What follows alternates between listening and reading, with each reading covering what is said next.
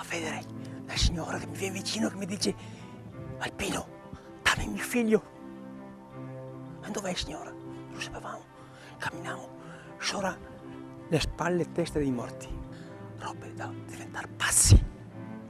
Tutti che piangevano, l'acqua che veniva giù, non si sapevano andare. La memoria dell'inferno era chiusa in 21.915 giorni, 60 anni che ci separano dalle 22:39 del 9 ottobre 1963, le lancette che si fermano sulla tragedia delle tragedie. Longarone, Erto, Casso, il Veneto, l'Italia intera, il Vajont è storia di tutti.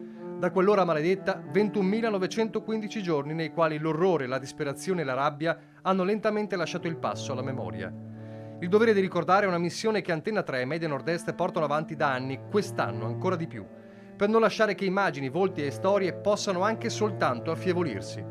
Si parte domenica 8 ottobre alle 21:15 con L'Eco del Fango, il documentario realizzato da Media Nord-Est, le voci di chi ha vissuto l'inferno e di chi perpetua la memoria con il dolore sempre vivo nel cuore. E poi il giorno dopo, lunedì 9 ottobre, il racconto non stop della giornata più intensa.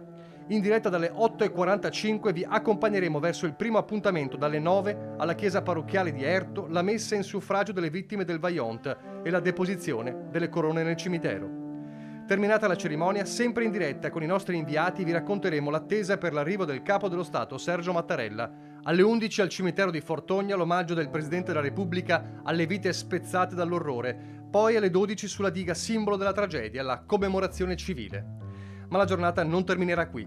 Alle 21:15 in prima serata, le testimonianze dei sopravvissuti e i collegamenti in diretta dalla diga del Vajont in una puntata speciale di Ring per ripercorrere i momenti salienti del 60° anniversario e avvicinarci all'ora fatidica, le 22:39, quando tutto cambiò, lasciando ai vivi soltanto lacrime, disperazione e terribili, indelebili ricordi.